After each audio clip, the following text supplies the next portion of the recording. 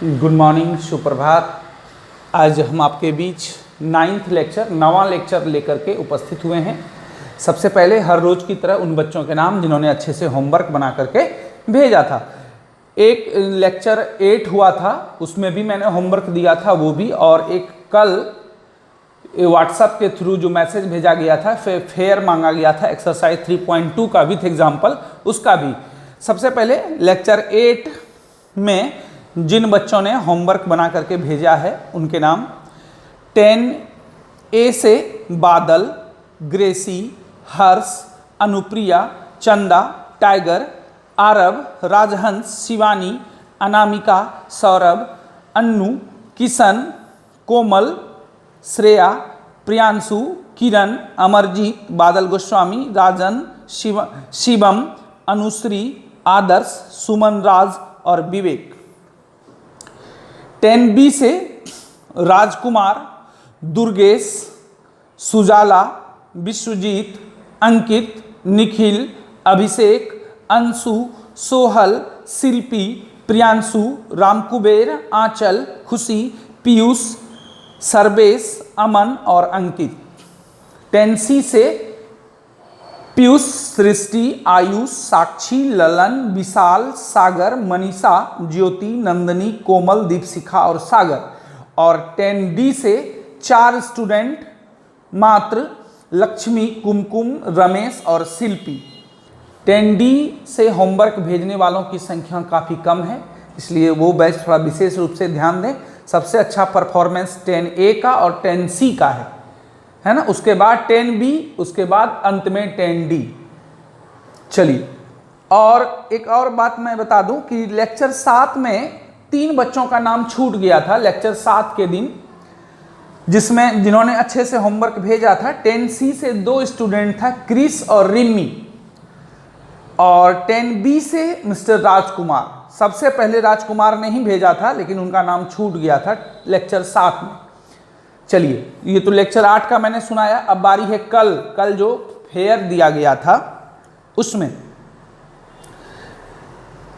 10A से ग्रेसी, शिवानी, अन्नू, कोमल, प्रियांशु, सुमन, अनुप्रिया, अनामिका, राज, सौरभ, विवेक, चंदा, राजहंस, अमरजीत, किशन, श्रेया, शिवम, किरण, बादल, अमरजीत, जयकांत, बादल गोस्वामी, सुमित, हर्ष, राजन, मोनल और टाइगर, है ना। चलिए, 10B से राजकुमार, अंशु, खुशी, सुरुचि, अभिषेक, आंचल, पीयूष, शिल्पी, प्रियांशु, निखिल, शैलेश, सोहल, रामकुबेर, सुगंधी, नेहा, अंकित, विश्वजीत और प्रीति। 10C से पीयूष, विशाल, ललन, काजल, नंदनी, सागर, सृष्टि, मनीषा, कोमल, आयुष, साक्षी, दीपशिखा और सागर। और अंत में 10D से आदित्य, रमेश, कुमकुम, लक्ष्मी और सोनाली। और एक स्टूडेंट जो लेक्चर 8 में 10B से एक और छूट गया है नाम, प्रीति कुमारी, उन्होंने भी होमवर्क भेजा है। चलिए, तो ये हो गई दोनों दिन का होमवर्क भेजने वालों के नाम। अब देखिए, एक महत्वपूर्ण बात मैं आज टेस्ट के रिगार्डिंग 2-4 मिनट में आज लास्ट में इस क्लास के अंत में इंफॉर्मेशन दूंगा आप लोगों को फिर से एक बार, ताकि कल के टेस्ट में कोई भी चीज़ मिस ना हो जाए आपसे। कल 8 बजे सुबह ऑनलाइन टेस्ट है, व्हाट्सएप के थ्रू है, उसके रिगार्डिंग मैं फिर इस क्लास के लास्ट में मैं बताऊंगा। आज ऑब्जेक्टिव क्लास होने वाला है, लेकिन उन सबसे पहले मैं कुछ एक बात बता दूं आप लोगों को। कुछ बच्चे अभी भी हैं जो PDF में होमवर्क नहीं भेज रहे हैं, तो फिर काफ़ी दिक्कत होता है। खास करके होमवर्क चलिए हो जाता है, लेकिन कल जो टेस्ट होगा उसमें यदि आप PDF में नहीं भेजते हैं तो फिर वो कॉपी चेक नहीं हो पाएगा। इसलिए आपसे आग्रह है कि आज दिन भर में आप PDF बनाना सीख लें मोबाइल से। कौन कौन PDF में नहीं भेज रहे हैं मैं उनके भी नाम ले रहा हूँ।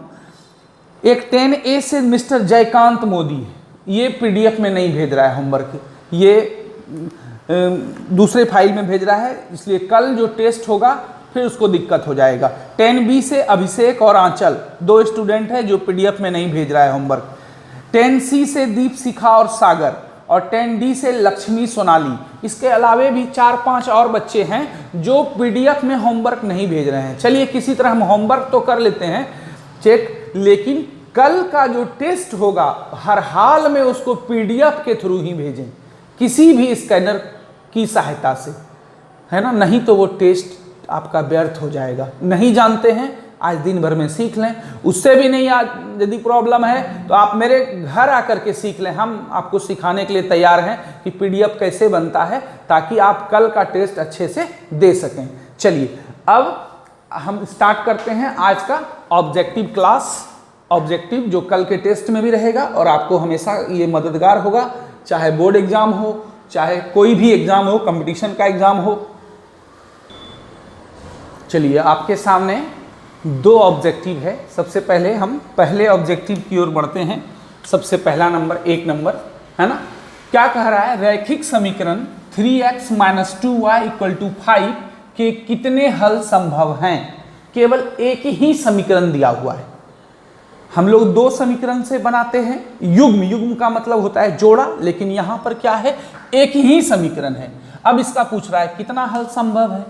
देखिए इसमें क्या होगा कि आप x का कोई भी मान रखिएगा तो y का मान निकल जाएगा, और y का कोई भी मान रखिएगा तो x का मान निकल जाएगा। मतलब कभी समाप्त नहीं होगा, अतः इसके अनगिनत हल होंगे। आंसर हो जाएगा बी। कैसे हुआ आप समझे? कोई भी दो चर वाला रैखिक समीकरण जब हो, अकेला, सिंगल, देखिए बात को समझिए, सिंगल अकेला कोई समीकरण हो तो उसका अनगिनत हल ही होता है। क्यों? x का मान रखते जाइए, y का मान निकलते जाएगा। कुछ भी रखिएगा y का मान निकल जाएगा, y का मान रखिएगा x का मान निकल जाएगा, कभी समाप्त नहीं होगा, है ना। इसलिए अनगिनत या अनंत। एक ऑब्जेक्टिव इससे रिलेटेड इस तरह से हम आपसे पूछ सकते हैं कि दो चर वाले रैखिक समीकरण के कितने हल संभव हैं। युग्म नहीं देंगे, युग्म का मतलब हो गया जोड़ा, जोड़ा नहीं है, अकेला है। अकेला है तो हर हाल में उसका आंसर क्या हो जाएगा?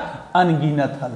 जब कोई अकेला दो चर वाला रैखिक समीकरण होगा तो उसके कितने हल संभव हैं? अनगिनत। समझ गए होंगे। हाँ, युग्म रहेगा तब तो खैर हम लोग चेक करना पड़ेगा, a1/a2, b1/b2, c1/c2 देख करके तीनों बराबर है तो अनगिनत हल, दो ठो बराबर है, तीसरा नहीं बराबर है तो कोई हल नहीं, तीनों नॉट इक्वल टू है तो केवल एक हल। वो कब? जब जोड़ा रहेगा, दो समीकरण रहेगा तब। और यदि कोई समीकरण अकेला है तो आप x का मान रखते जाइए, y का मान निकलते जाएगा, y का मान रखते जाइए, x का मान निकलते जाएगा, कभी समाप्त नहीं होगा। इसका मतलब अनगिनत हल होगा। कई बार बोर्ड एग्जाम में ये ऑब्जेक्टिव आया है कि दो चर वाले रैखिक समीकरण के कितने हल, युग्म नहीं दिया, खाली दे देगा दो चर वाले रैखिक समीकरण के कितने हल संभव हैं, तो अनगिनत या अनंत। चलिए अब आ जाइए 2 नंबर में। समीकरण युग्म x - 2y = 5 और दूसरा समीकरण, देखिए यहां दो समीकरण है, यहां तो अकेला था तो अनगिनत हल हुआ।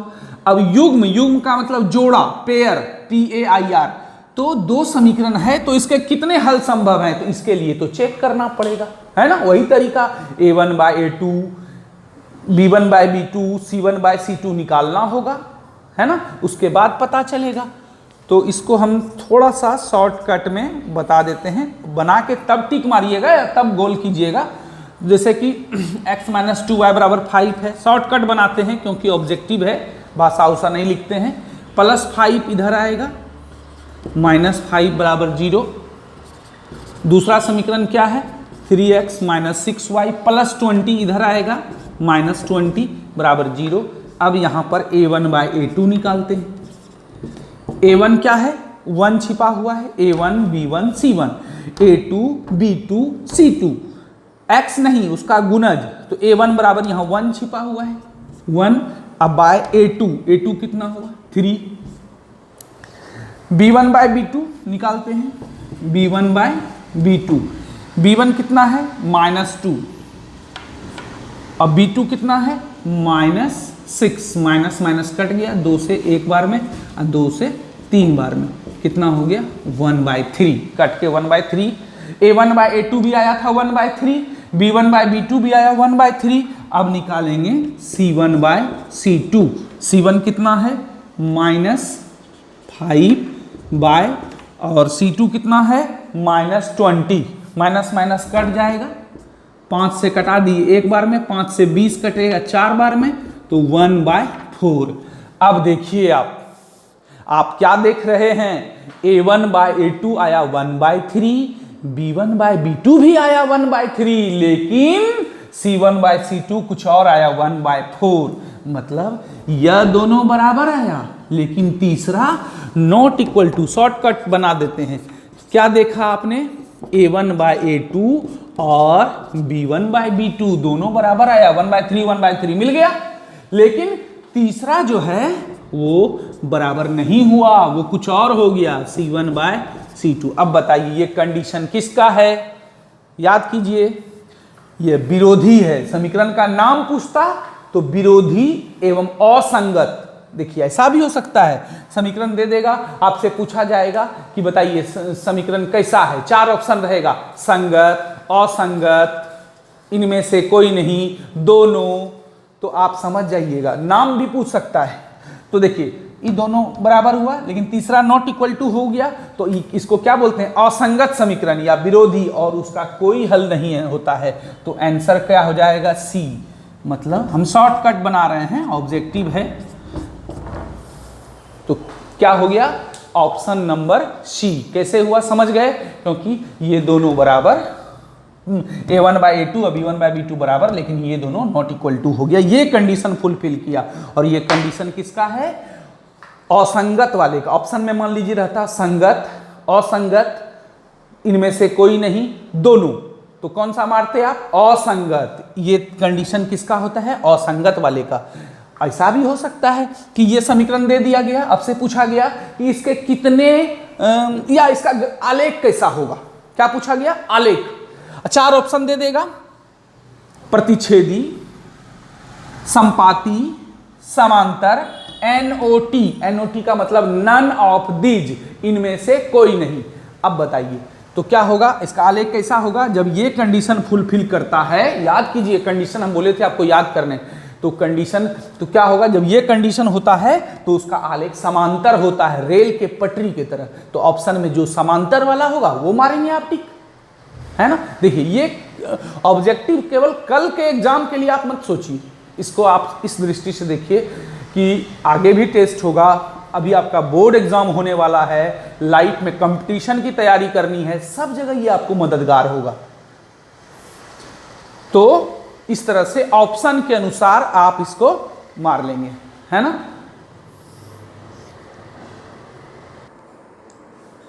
चलिए आपके सामने 3 और ऑब्जेक्टिव है, 3 नंबर, 4 नंबर, 5 नंबर। आज बहुत बड़ा क्लास नहीं होगा, निश्चिंत रहिए। चलिए तो सबसे पहले 3 नंबर ऑब्जेक्टिव को हम लोग देखते हैं। क्या है 3 नंबर सवाल को आप लोग पढ़िए। समीकरण युग्म x - 2y = 0 और दूसरा समीकरण है 3x + 4y = 10 का हल है। कौन सा हल है, x = 2 y = 1, ये सही होगा। मतलब 2 समीकरण आपको दिया गया है, इसका हल क्या होगा, ये वाला सही होगा, या x का मान y का मान दोनों का मान 1 होगा, या x का मान 2 y का मान 2 होगा, या ये होगा 4 नंबर x = 3 y = 1। तो ये तो बिल्कुल आसान है। कैसे बनाएंगे इसको आप, सिंपल, जो विधि आपको सबसे हल्का लगता है उस विधि से x और y का मान निकाल लीजिए।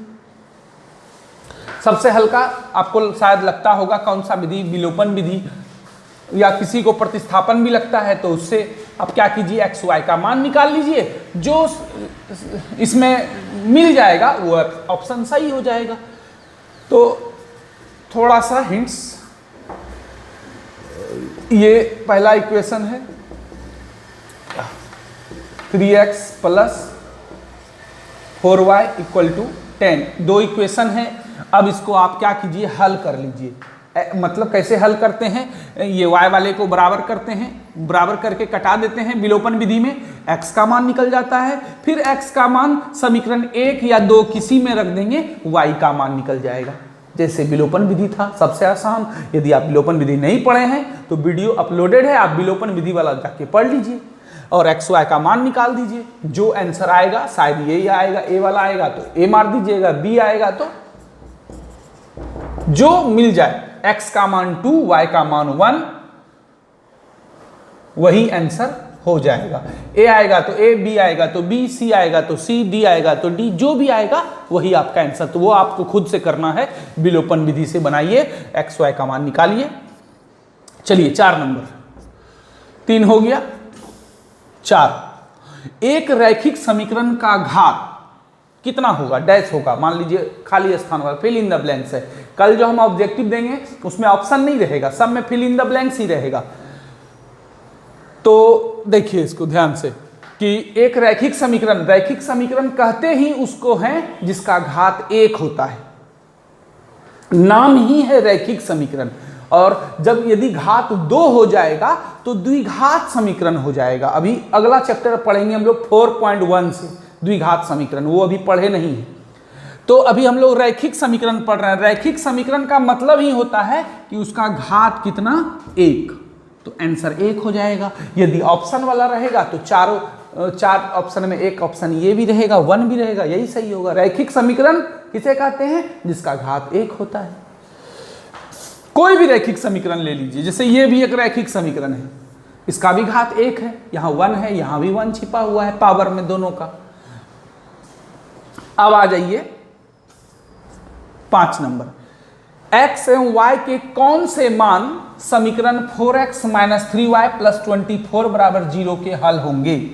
मात्र एक समीकरण दिया हुआ है और कह रहा है कि इसमें कौन से मान x = 1, y = -2 ये इस समीकरण का हल है, या ये इस समीकरण का हल है, या ये x = 3, y = 4 इसका हल है, या नन ऑफ दीज, तीनों गलत है। कौन सा है तो आपको चेक करना होगा एक एक करके। आप लोग क्या करेंगे, चेक कैसे करेंगे, जल्दी जल्दी रब पे चेक कर लेना है, उतना भाषा उसा नहीं लिखना ऑब्जेक्टिव में। x का मान जो भी दिया हुआ है और y का मान इसमें रख दीजिए। यदि LHS और RHS बराबर हो जाए वही आंसर हो जाएगा। जैसे कि मान लीजिए हम इसको रखते हैं, एक पहला नंबर कितना है, x = 1, y = -2। समीकरण कितना है, 4x - 3y + 24 = 0। ठीक है, तो 4 × x, x का मान कितना 1 - 3 × y, y का मान कितना -2, माइनस है तो ब्रैकेट में रख दिए, अब +24 = 0 है ना। चलिए अब इसको सॉल्व करते हैं। 4 × 1 4, माइनस माइनस प्लस, 3 × 2 6 + 24 = 0। पहले एक का रखे हैं, देखते हैं, 6 4 10, तीनों प्लस में है, जुड़ जाएगा, 24 और 10 34 = 0। जो उतना भाषा आपको नहीं लिखना है, ऑब्जेक्टिव है, हम आपको समझाने के लिए बता रहे हैं, जो संभव नहीं है। देखिए एक तरफ आ गया LHS में आ गया 34 और RHS में आ गया 0, तो दोनों बराबर नहीं हो सकता है। 34 रुपया कभी 0 रुपया के बराबर होगा, कभी नहीं होगा। तो इसका मतलब है ये वाला नहीं होगा। पहला तो क्या हो गया, कैंसिल हो गया। उसी तरह से अब आपको क्या करना है, दूसरा मान रखना है, x का मान। चारों में जब LHS और RHS बराबर आ जाए, मतलब बायां पक्ष और दायां पक्ष, वही आंसर सही है ना। चलिए अब दूसरा रखते हैं। क्या है इक्वेशन, 4x - 3y + 24 = 0। तो 4 और x के बीच में गुना छिपा हुआ है, x का मान कितना -3 प्लस नहीं, यहाँ माइनस है, 3 × y का मान कितना है 4 है, + 24 = 0। x का मान x के स्थान पर रख दिए और y का मान y के स्थान पर रख दिए। 4 को -3 से गुना करेंगे, -12, 4 × 3 -12 + 24 = 0। अब उधर लिखते हैं, हो सकता है आपको नीचे देखने में दिक्कत हो। -12 समान चिन्ह में जुटता है तो -24 है ना। अब बहुत बच्चा सोचेगा सर माइनस माइनस प्लस ना हो जाएगा। यहाँ देखिए माइनस माइनस प्लस कब होता है, गुना करने में। आप यहाँ गुना नहीं कर रहे हैं ना, जोड़ घटाव रहे हैं, तो जोड़ घटाव में बड़ी संख्या का चिन्ह लगता है, यहाँ माइनस ही रहेगा, है ना। अब देखिए -24 और +24 कट गया, मतलब 0 = 0। मतलब इधर दोनों कट के क्या बचा, कुछ नहीं, 0 बचा, दोनों कट ही गया, मतलब 24 में 24 घट गया तो 0। अब देखिए LHS RHS बराबर हो गया, है ना। LHS यही मान, इसका मतलब है सही है। आंसर कौन सा हो गया, बी हो गया। मतलब जब x का मान -3 y का मान 4 रखे तो LHS और RHS दोनों बराबर हो गया। x और y का वह मान जो इस समीकरण को संतुष्ट करता है वही ना इसका हल होगा, तो ये हल सही है। और जब b मिल गया तो c मिलाने का आवश्यकता ही नहीं, है ना। x का मान रखे, y का मान रखे तो ये समीकरण क्या हो गया, संतुष्ट हो गया। मतलब LHS और RHS बराबर हो गया, इसका मतलब यही आंसर सही है। चलिए अब आगे बढ़ते हैं, और दो ऑब्जेक्टिव आपके सामने हैं, 6 नंबर और 7 नंबर, है ना।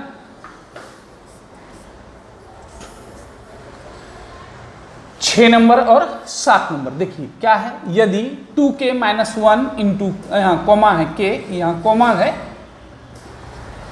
k, समीकरण 10x - 9y = 12 का हल हो तो k बराबर वाट, मतलब k का मान बताना है। 4 ऑप्शन है, ये होगा या ये होगा या ये होगा या ये होगा। देखिए ध्यान से, एकदम बहुत मज़ेदार सवाल है, दोनों ही सवाल बहुत मज़ेदार है, इंटरेस्टिंग है और दिमागी सवाल है। देखिए कुछ नहीं करना है, ये जो मान दिया हुआ है इस समीकरण का क्या है, हल है। हल है मतलब पहला मान x का और दूसरा मान y का। हम लोग जानते हैं कोई भी बिंदु जब लिखा जाता है, जैसे कोई भी बिंदु 3, 2, इसका क्या अर्थ हुआ कि ये जो वैल्यू है ये x का है और ये जो वैल्यू है दूसरा वाला ये y का है। कई बार हम क्लास में भी बता चुके हैं आपको, ऑनलाइन क्लास में। तो ये जो दिया हुआ है, क्या दिया हुआ है, इसका समीकरण का हल क्या है, 2 स्मॉल k - 1, स्मॉल k है तो स्मॉल ही लिखेंगे, और k ये इस समीकरण का हल है। इसका मतलब x का मान इतना और y का मान इतना, है ना। तो x के जगह पर हम इतना रख देंगे और y के स्थान पर इतना रख देंगे, बस k का मान निकल जाएगा। तो समीकरण क्या है, ऑब्जेक्टिव है, बार बार हम बोल रहे हैं इसलिए हम भाषा का इस्तेमाल नहीं कर रहे हैं, डायरेक्ट मन में ही सोचिए, रफ में बनाना है। तो 10 × x, x के स्थान पर कितना है 2k - 1 -9 × y, y का मान कितना है, y के स्थान पर क्या है, केवल k है, y के स्थान पर y का वैल्यू रख दिए और x के स्थान पर x का वैल्यू रख दिए, अब बराबर 12। अब बताइए, अब इसको सॉल्व आप नहीं कर पाएंगे, एकदम कर लेंगे। चलिए इसको सॉल्व करते हैं। 10 को 2k से गुना करेंगे, 10 दूनी 20k 20k, -10 को 1 से गुना करेंगे, -9 × k, 9k = 12। हमें क्या करना है, किसका मान निकालना है, k का, ठीक है। तो 20k में 9k चला गया तो कितना हो जाएगा बताइए, 20k और 9k, एक है प्लस में दूसरा है माइनस में।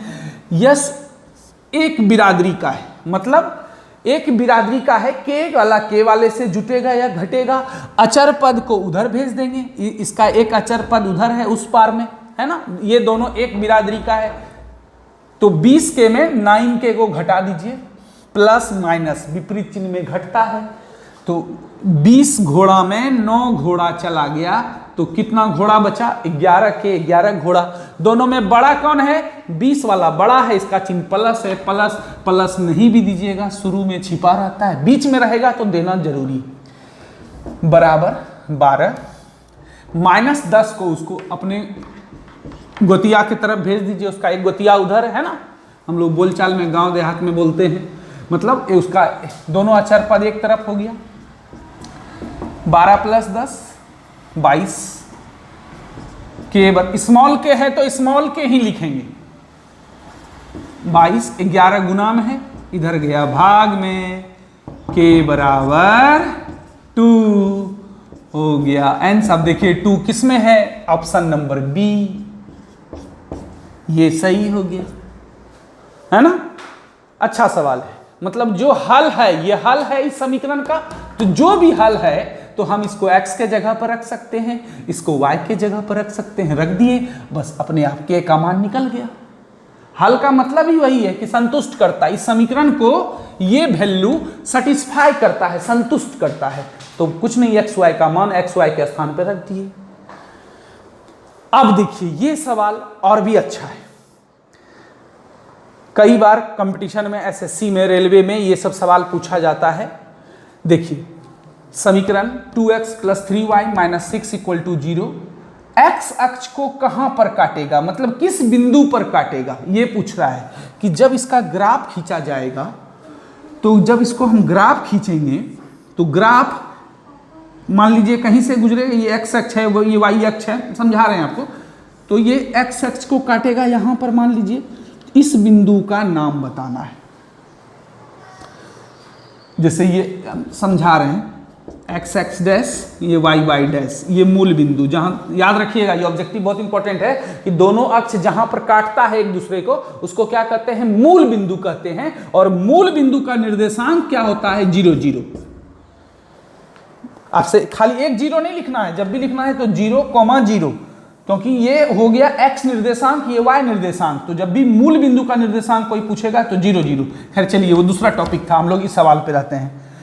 तो हम बोल रहे थे कि ये मान लीजिए ये पूछ रहा है कि ये इसका जब ग्राफ खींचेंगे तो ये x अक्ष को कहां पर काटेगा, तो ये मान लीजिए ये ग्राफ हुआ, मान लेते हैं, है नहीं, मान लेते हैं, तो ये जहां इस बिंदु पर काटा, मान लीजिए ये 3, ये 5 है, तो इस बिंदु का निर्देशांक हो जाएगा, क्या हो जाएगा, x का मान 5 और y का मान 0, मतलब इस बिंदु का नेम हो गया 5 0। बस वही हमसे पूछा जा रहा है कि किस बिंदु पर काटेगा। तो आप बोलिएगा सर काहे दिमाग लगाएंगे, सीधा सीधी ग्राफ खींच लेंगे, जहां पर काटेगा देख लेंगे, उस बिंदु का नाम ऑप्शन में खोज लेंगे।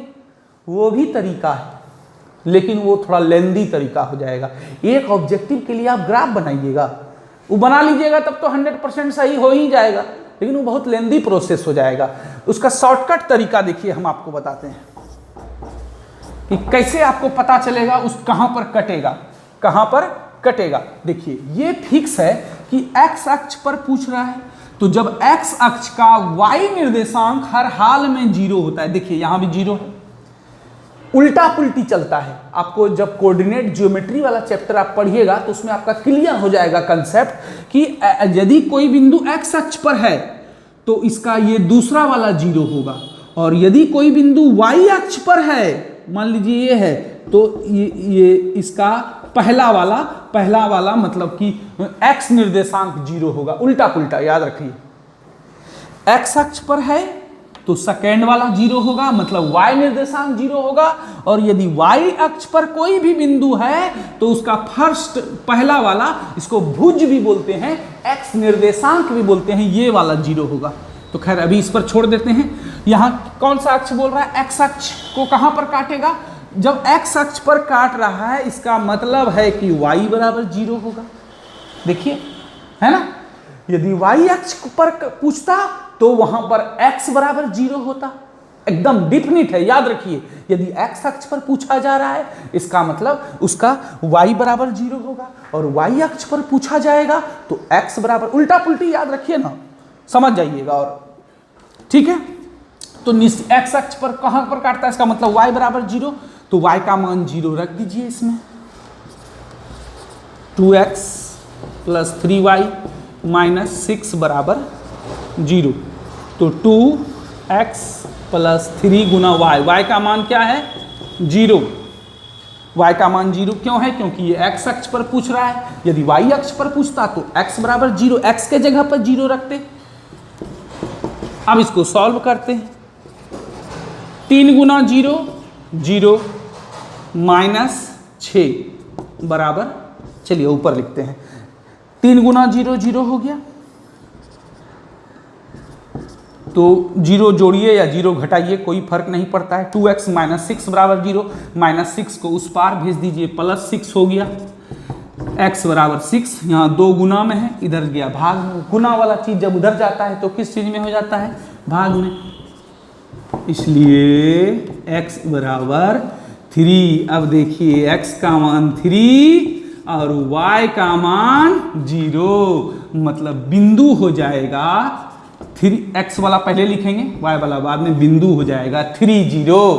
मतलब इसमें कौन सा मिल रहा है? पहला में 1 0, दूसरा में 0 2, तीसरा में 3 0। यही आंसर हो गया। उस बिंदु का नाम क्या हो जाएगा? 3 0। मतलब ये कहाँ पर कटरेगा, कहाँ से ये ग्राफ गुजरेगा? 3 0 से।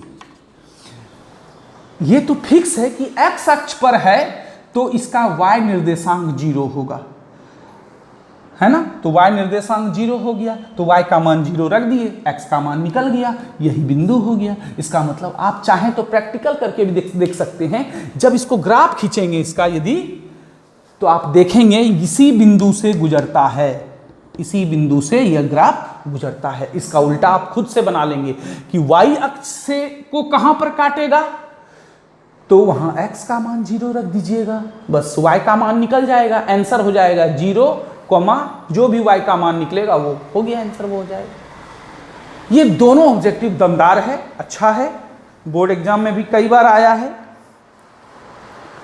चलिए इसको अच्छे से उतार लीजिए समझ समझ के, तो आंसर हो जाएगा आंसर नंबर सी। आंसर कौन सा हो गया? सी, 3 0। अच्छे से इसको समझ लीजिए। चलिए अब जो है हम ज़्यादा ऑब्जेक्टिव आपको नहीं पढ़ाने जा रहे हैं, बहुत लंबा क्लास नहीं करेंगे, है ना? आप लोग अब देखिए कुछ इस तरह का भी ऑब्जेक्टिव बहुत सारा आता है। जैसे कि मान लीजिए, पहले बता दिए थे हम, पहला ऑब्जेक्टिव जो पढ़ा रहे थे, पहला दूसरा में कोई भी इक्वेशन दे देगा,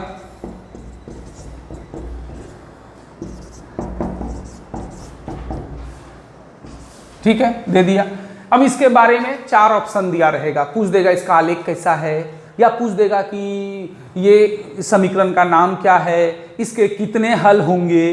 तो क्या करना है? बस वही कंडीशन याद रखिएगा, a1/a2, b1/b2, c1/c2 निकालिएगा। अपने आप इसका जन्म कुंडली पता चल जाएगा, संगत है कि असंगत है ये भी पूछा जा सकता है ना? तो कैसे पता चलेगा? a1/a2, b1/b2 और इस पार ला करके c1/c2 निकाल लीजिएगा। तीनों बराबर है तो वो आश्रित समीकरण है। तो आश्रित का क्या होता है? वो संगत वाले कैटेगरी में आता है, उसका अनगिनत हल होता है, आलेख संपाती होता है। जो चीज पूछेगा उसके अनुसार ऑप्शन मार दीजिएगा। तीनों नॉट इक्वल टू यदि आ गया, मान लीजिए a1/a2 कुछ और आया, b1/b2 कुछ और, c1/c2 कुछ और आया, तो वो अविरोधी हो गया। अविरोधी भी संगत के कैटेगरी में आता है, उसका आलेख प्रतिच्छेदी होता है, केवल एक हल होता है।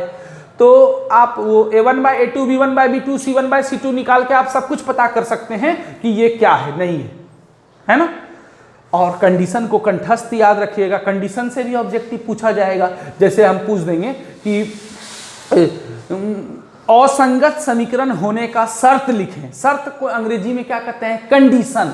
तो शर्त कहा जाए तो असंगत समीकरण एक ही कंडीशन में होता है, a1/a2 equal to b1/b2 is not equal to c1/c2 जब होता है तब असंगत समीकरण, ये शर्त हुआ, इंग्लिश में बोलेंगे कंडीशन।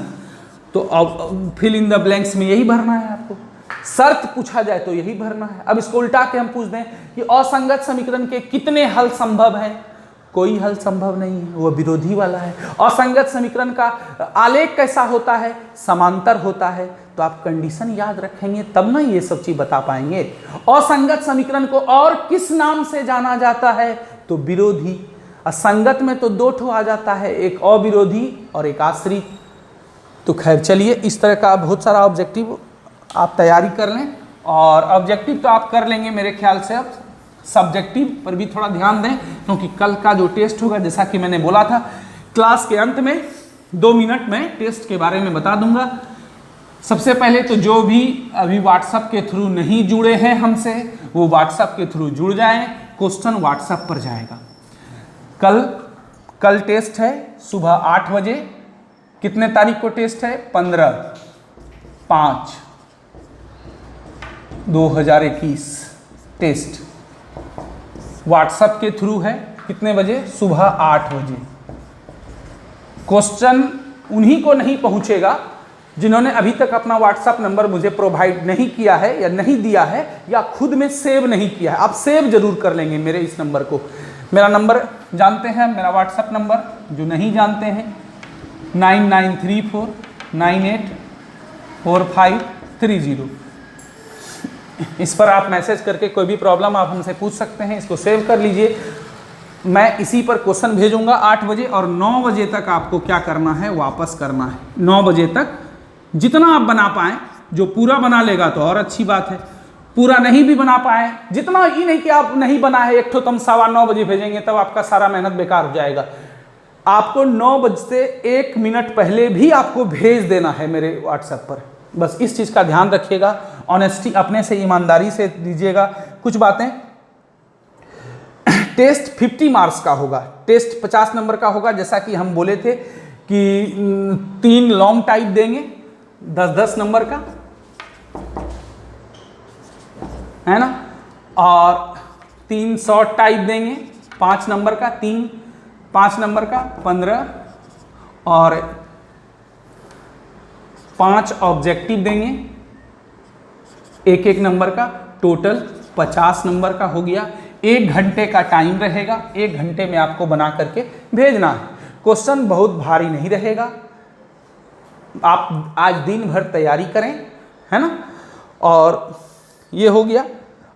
सिलेबस में क्या है? एक्सरसाइज 3.1 3.2 दोनों चैप्टर विथ एग्जाम्पल प्लस चारों विधि। 4 विधि मैंने अलग से पढ़ाया है। प्रतिस्थापन, विलोपन, वज्रगुणन और आलेख, है ना। ये चारों विधि अब प्लस ये दोनों चैप्टर विथ एग्जाम्पल। और ये मत सोचिएगा हूबहू सवाल आएगा, नहीं। सवाल उसका पैटर्न वही रहेगा, उसी टाइप का सवाल आएगा। ऐसा नहीं कि वही जो है आफ्ताब है कि आयु, उसकी पुत्री की आयु की 7 गुनी थी तो हम 5 गुनी भी कर सकते हैं उसको। आप तरीका सीखिएगा, किताब पे नहीं जाइएगा कि वही सवाल हूबहू आएगा, नहीं। ठीक है, तो ये हो गया। व्हाट्सएप के माध्यम से टेस्ट होगा, इसको ध्यान में रखेंगे। और कल मेरा क्लास नहीं होगा, लेकिन हाँ और टीचर जैसे आनंद सर वगैरह का कल क्लास हो सकता है। यदि होगा तो उसकी सूचना आपके व्हाट्सएप पर पहुंच जाएगी। ठीक है, क्योंकि कल तो हमको दिन भर पूरा कॉपी चेक करने में ही लगेगा। पहले पेज के ऊपर जो आप टेस्ट देंगे, पहले सबसे पहला पेज के ऊपर ध्यान से सुन लीजिए, इंपॉर्टेंट है। उस दिन भी बोले थे, फिर बोल रहे हैं। उसके बावजूद यदि आप गलती करते हैं तो फिर ठीक नहीं है। सबसे पहले पेज के ऊपर अपना नाम, क्लास, सेक्शन और रोल नंबर जरूर लिखेंगे बड़े बड़े बोल्ड अक्षर में। और जो न्यू स्टूडेंट हैं आउट ऑफ इंस्टीट्यूट के, वो रोल नंबर की जगह NS लिख देंगे, मतलब समझ जाएंगे कि आप इंस्टीट्यूट के बाहर के हैं, बच्चे हैं। ठीक है, उसके बाद हर पेज में अपना नंबरिंग जरूर लिखना। हर पेज में सबसे ऊपर में दाहिने साइड में पेज में आप नंबरिंग लिख के रखेंगे। 1 2 3 4 5 6 7 8 9 10, जितना भी पेज आपका होगा। लगता है कि 10 पेज से कम ही होगा, 10 पेज नहीं होगा।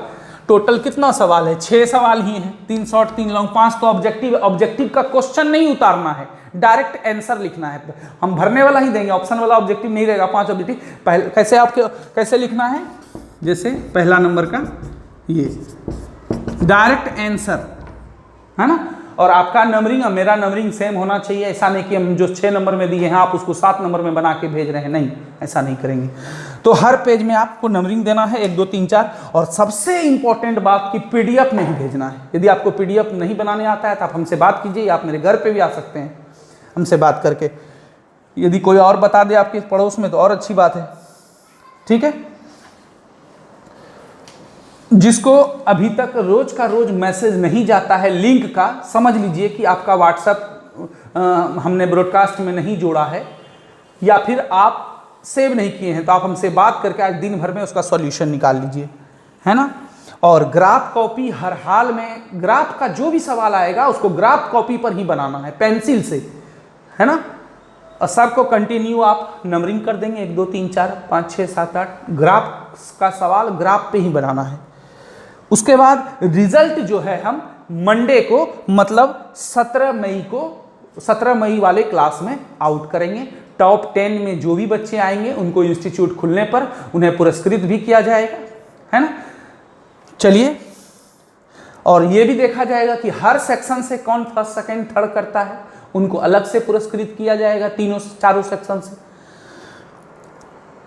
हाँ, और सबसे बड़ी बात, आप ईमानदारी से टेस्ट दें, किसी से भैया दीदी पापा मम्मी से हेल्प लेके नहीं दें तो ज़्यादा बेटर रहेगा। और ऐसा ही करना है, आप पर भरोसा है हमको कि आप ऐसा नहीं करेंगे। आप खुद से जितना आप सीखे हैं, और आज दिन भर, और एक बात, मैं आज कुछ भी होमवर्क नहीं दे रहा हूँ आपको, दिन भर आपके लिए फ्री है। आप दिन भर तैयारी कीजिए, सारा चारों टाइप, दोनों चैप्टर प्लस ऑब्जेक्टिव जो आज मैंने पढ़ाया है ना, इतना आप तैयारी करें, आपको 50 आउट ऑफ 50 आएगा। कितना अच्छा लगेगा सुनने में, फलना कुमार फलना बैच 50/50, 50 पे 50। हमको भी फक्र होगा कि हमारा भी मेहनत, जो दिन भर हम मेहनत करते हैं आप पर, आपका वीडियो एडिट करने में, कंप्रेस करने में, अपलोड करने में, होमवर्क, पूरा दिन हम बिजी रहते हैं, तो हमको भी लगेगा चलिए हमारा भी मेहनत सफल हो रहा है ना। तो चलिए, अब बहुत बड़ा नहीं करेंगे आज का क्लास, आपका समय बहुत ज़्यादा नहीं लेंगे। हम लोग कल 8 बजे आप तैयार रहिए, आपको क्वेश्चन पहुंच जाएगा। और यदि क्वेश्चन नहीं पहुंचे तो 5 मिनट के अंदर आप हमको 8:05 में कॉल करके हमसे मांग सकते हैं, लेकिन ऐसा नहीं होगा। यदि आज का लिंक आपको गया है तो कल का क्वेश्चन भी जाएगा। हाँ, PDF में ही बना करके भेजें, ये बात ध्यान रखेंगे। चलिए, आज का क्लास हम यहीं पर समाप्त करते हैं। सुरक्षित रहिए, सेफ रहिए, अपने बड़ों का, छोटों का, मम्मी पापा दादा दादी सबका ख्याल रखिए, अपना बहुत ख्याल रखिए। धन्यवाद।